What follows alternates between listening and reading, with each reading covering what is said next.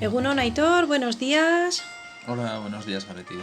Bueno, uniendo un poco con la temática de la sesión anterior, que hablamos de la comunicación no violenta, hoy queríamos seguir profundizando a los estilos de comunicación y queríamos adentrarnos en la asertividad concretamente. ¿Podrías explicarnos un poco qué es la asertividad? Bueno, básicamente la asertividad es una habilidad que requiere de la persona pues comunicarse de una manera directa, clara, sin ambigüedades, sin agresividad, alejándose de los estilos de comunicación pues agresivos que tocábamos la semana pasada con la comunicación no violenta y de los estilos muy pasivos, ¿verdad? Que tratan de ajustarse a los deseos de los demás. En definitiva, la comunicación asertiva o la capacidad de comunicarse de manera asertiva requiere pues tener la capacidad de expresar tu propio punto de vista, saber escuchar a los demás, tener claridad y honestidad en aquello que transmites y como decía, pues bueno, tener claro que uno puede expresar lo que desea, lo que considera necesario transmitir, alejándose de los estilos más agresivos o más pasivos, ¿no? Que tratan de complacer a los demás y trata de agradar a los demás olvidándose de lo que una persona necesita, ¿no? Y alejándose de los estilos agresivos que lo que hacen es tratar de imponer su punto de vista en cualquier conversación. Bien, Aitor, y una vez que hemos definido lo que es la asertividad, ¿cómo podríamos asegurarnos de que nuestro estilo de comunicación es asertivo y no pasivo o agresivo? Bueno, pues precisamente identificando esa conducta pasiva, ¿no? Aunque no es sencillo. Mira, por ejemplo, las personas que se comportan de manera pasiva buscan continuamente agradar a los demás y cumplir los deseos de los demás. No sé, tienen como una fuerte necesidad de ser valorados o valoradas, por lo que sus comportamientos pues están muchas veces pues enfocadas únicamente a complacer al otro. Y claro, eso tiene un riesgo de socavar de alguna manera los derechos personales, ¿no? Individuales y la confianza en uno mismo, ¿no? Claro, este tipo de conducta se caracteriza por dejar la responsabilidad en manos de los otros y aceptar que los demás pues que dirijan o tomen decisiones por ellos. Y por eso, bueno, una manera interesante de fomentar el comportamiento o la comunicación asertiva es aprender a decir que no. Claro, si en algún momento nos encargan una tarea para la cual no disponemos de tiempo o de la que no podemos extraer ningún beneficio para nosotros, es importante decir que no, o nos piden hacer algo que va en contra de nuestros principios, valores o derechos. Y esto es muy importante. Y lo mismo al contrario, es decir, evitar comportamientos agresivos. Cuando una persona actúa de forma muy agresiva, no tiene en cuenta los sentimientos de los demás y prácticamente nunca demuestra aprecio hacia las otras personas, ¿no? Y este tipo de actitudes pues, pueden tener consecuencias negativas o indeseables para los que se están comunicando, ya que pues, muchas veces pues, la agresividad dificulta o obstaculiza los pasos positivos hacia un objetivo que uno quiere alcanzar. Entonces, bueno, pues una respuesta agresiva no ayuda a una comunicación asertiva.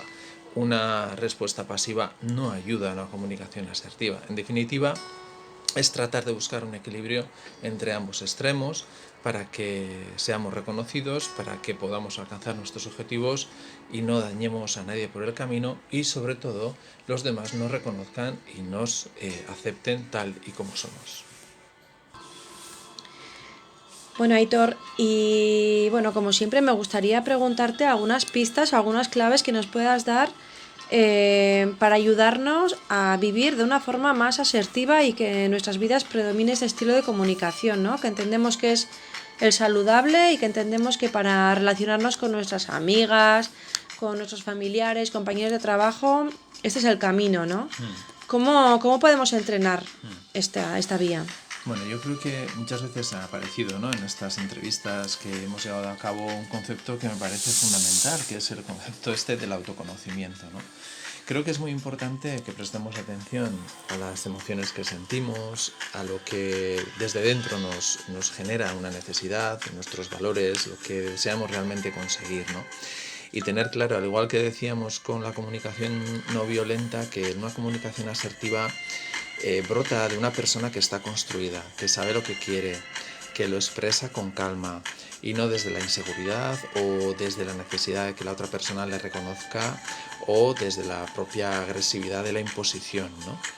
En este sentido, creo que es importante que tengamos muy claro que nos tenemos que dar permiso, nos tenemos que dar derecho a ser tratados con respeto, con dignidad, tenemos derecho a recordar que podemos expresar las propias opiniones y propias emociones sin temor a ser castigados por ello, ¿no? Por eso creo que es importante darnos cuenta que muchas veces nos comunicamos, pues como decíamos en algún otro podcast, desde el vacío, desde la necesidad de reconocimiento del otro o desde la necesidad de imponer lo que nosotros deseamos y queremos, ¿no? Y es importante tener muy presente que si nos comunicamos desde este punto de vista y no desde una manera asertiva, nuestras relaciones con los demás van a ser dañadas, seguramente vayamos sintiéndonos cada vez más solos y más solas y no es lo que estamos buscando, ¿no?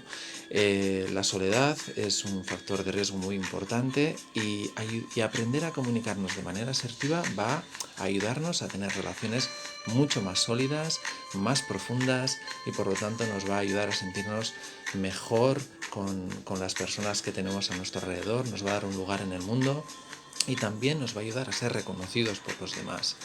Así que nada, sigamos en este camino de construirnos a nosotros mismos, a nosotras mismas, de tener claro qué es lo que realmente necesitamos, de no engañarnos, de no buscar el reconocimiento del otro perdiéndonos a nosotras mismos y a la vez de expresar con tranquilidad y con serenidad lo que realmente queremos. Y para esto, prestar atención a las emociones, comprenderlas y compartirlas, que este es el camino que nos va a permitir tener una vida mucho más saludable.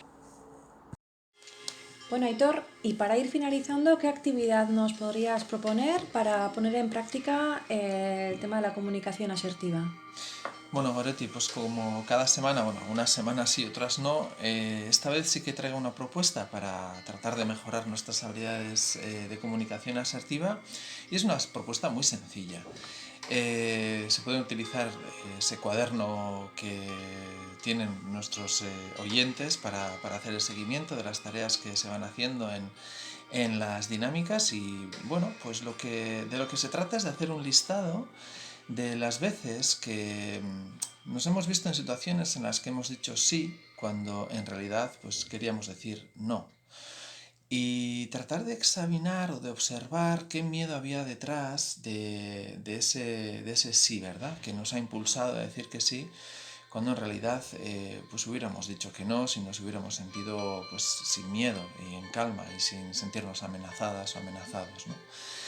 Y de ese listado, bueno, lo que suelo aconsejar es para fomentar los procesos de transformación progresiva, pues que se elija una vez, una respuesta donde hemos dicho que sí, pero que no sea muy intensa, que nos resulte pues, bueno, sencillo de cambiar y que nos imaginemos que en lugar de decir que sí en esa situación, pues hemos dicho que no.